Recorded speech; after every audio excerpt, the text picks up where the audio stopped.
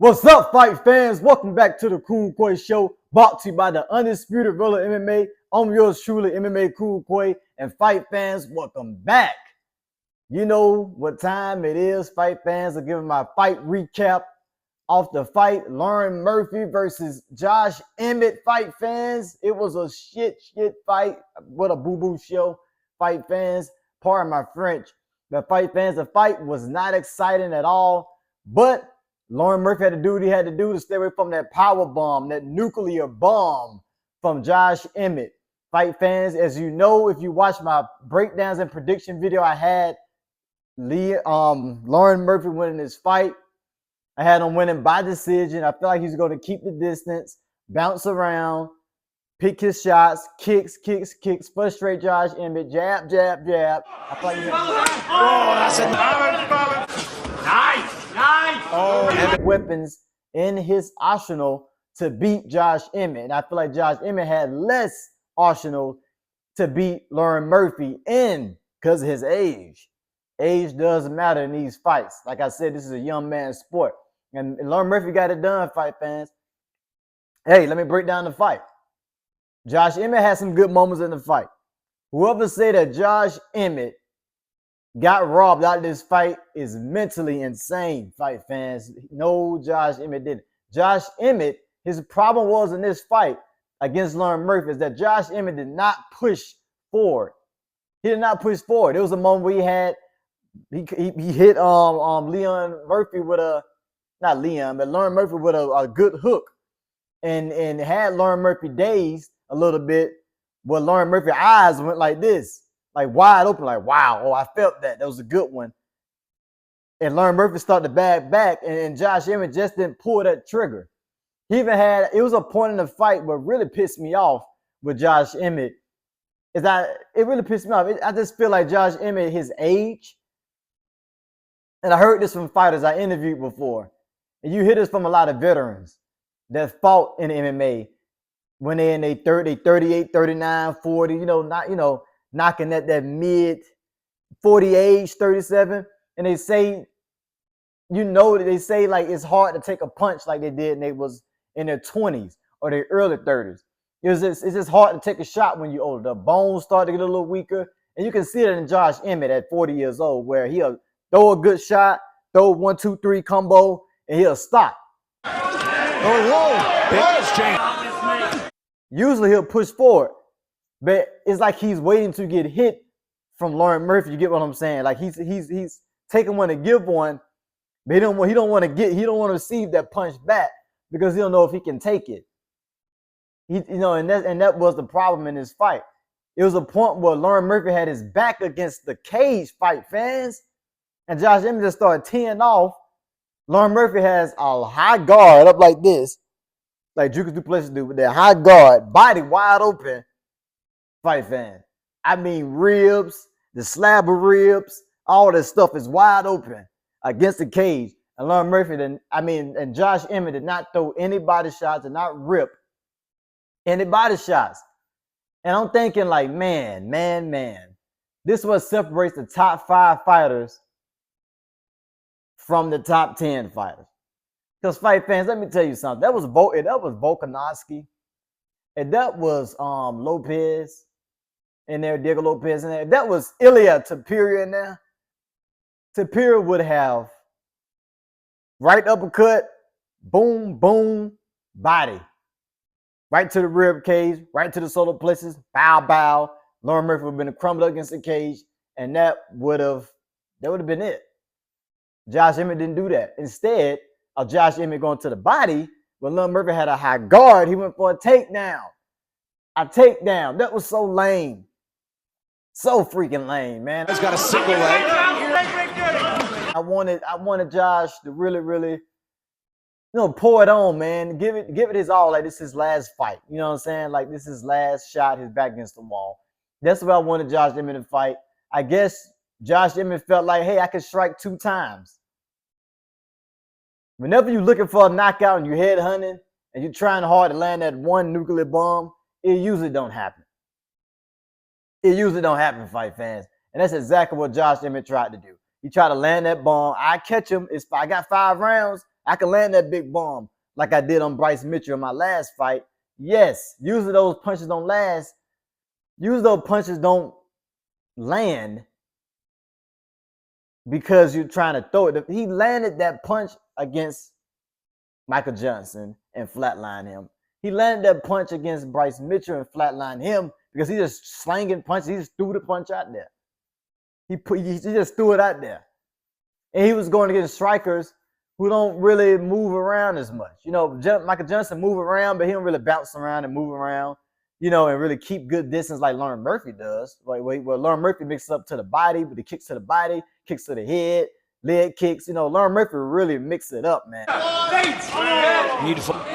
Oh, nice head work and movement. And Emmett he gets caught. I'm talking about he blend that bad boy up like a smoothie in a smoothie blender. Like he really, really do. Like Lerone Murphy has showed us how tough he is. He showed us that he has endurance.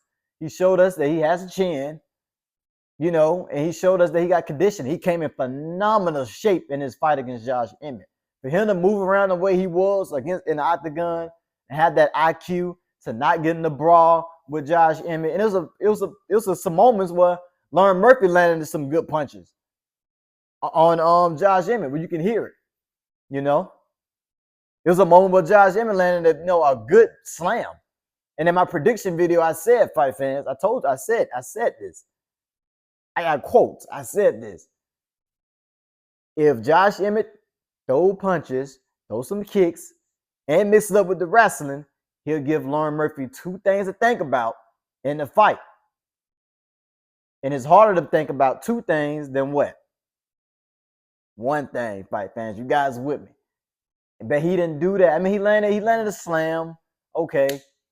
Showing us he still has some strength. Showing he still has some testosterone at 40 years old.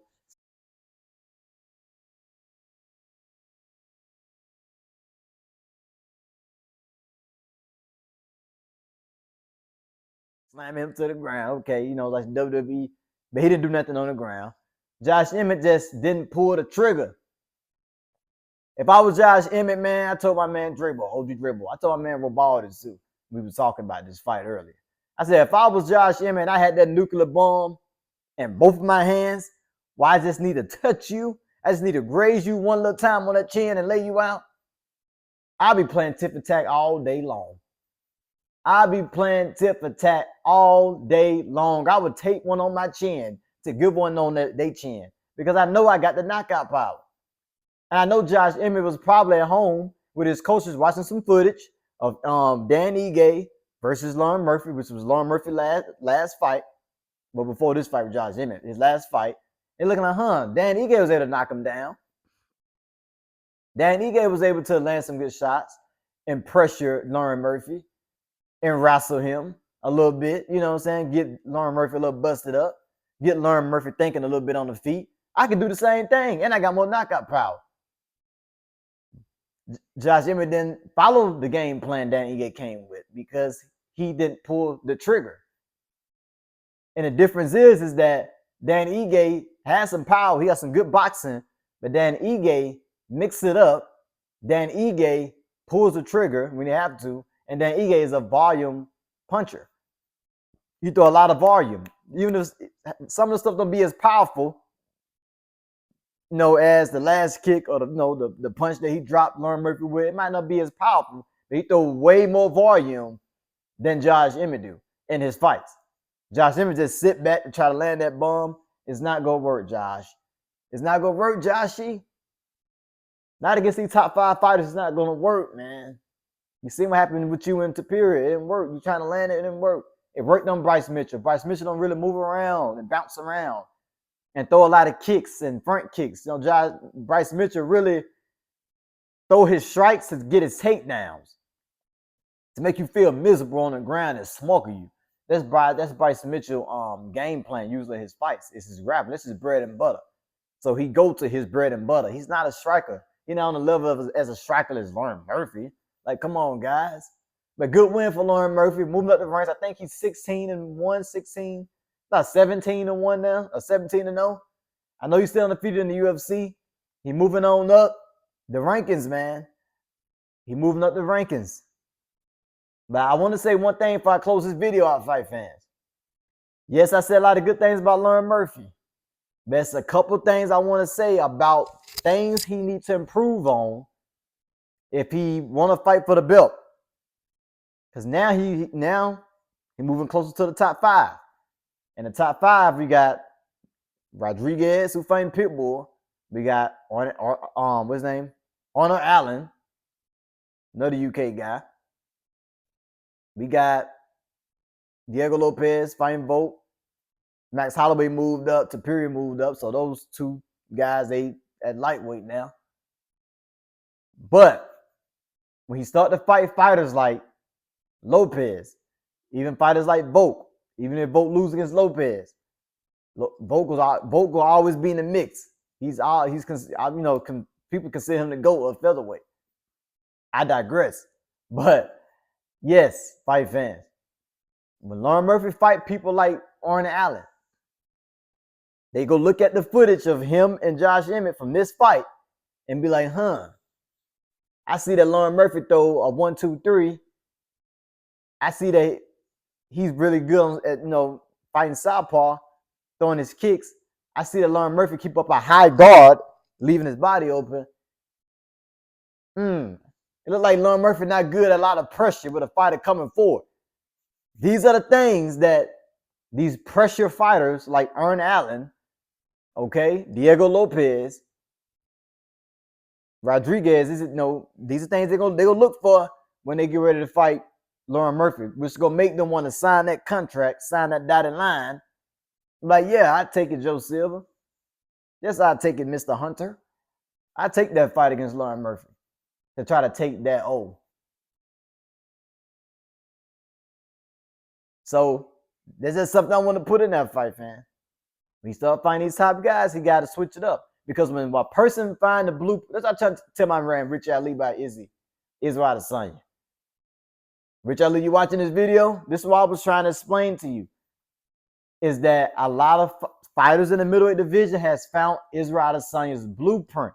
When a fighter finds your blueprint of your fighting style and able to figure you out, that's when you have some problems.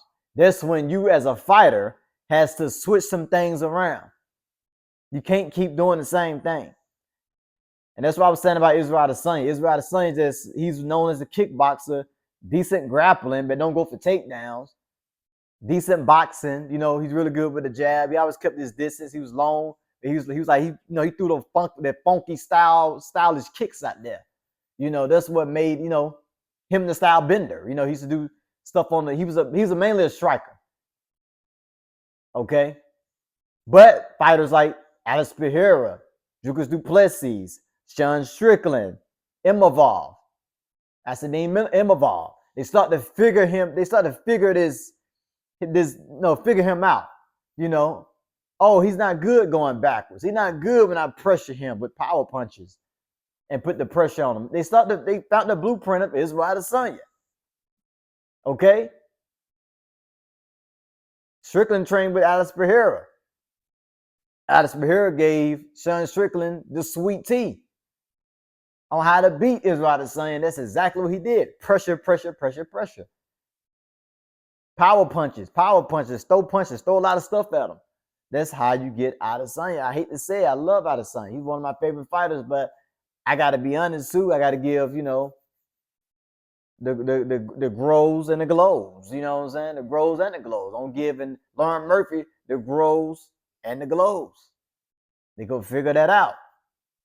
They're going to figure it out. So switch your game up a little bit. Try to keep that undefeated record because these fighters, Honor Allen, Lopez, they're not playing.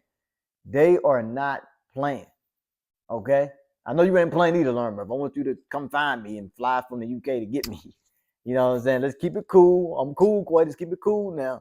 I might want to interview one day, Lerone Murphy. So don't get offended what I'm saying. I just want you to grow. That's like we all need to grow. We all need to grow. We can all improve at least 1% each day in our life. You know what I'm saying? I need to improve too, with some things. So you're not the only one. Not trying to just call you out. But this is something I wanted to put out there. But fight fans, that's my fight recap reaction of Fight Night Apex 105. Joshy Emmett versus Lerone Murphy. Eddie Murphy's little brother. Fight fans, thanks for tuning in. Tell a friend and tell a friend and tell a friend.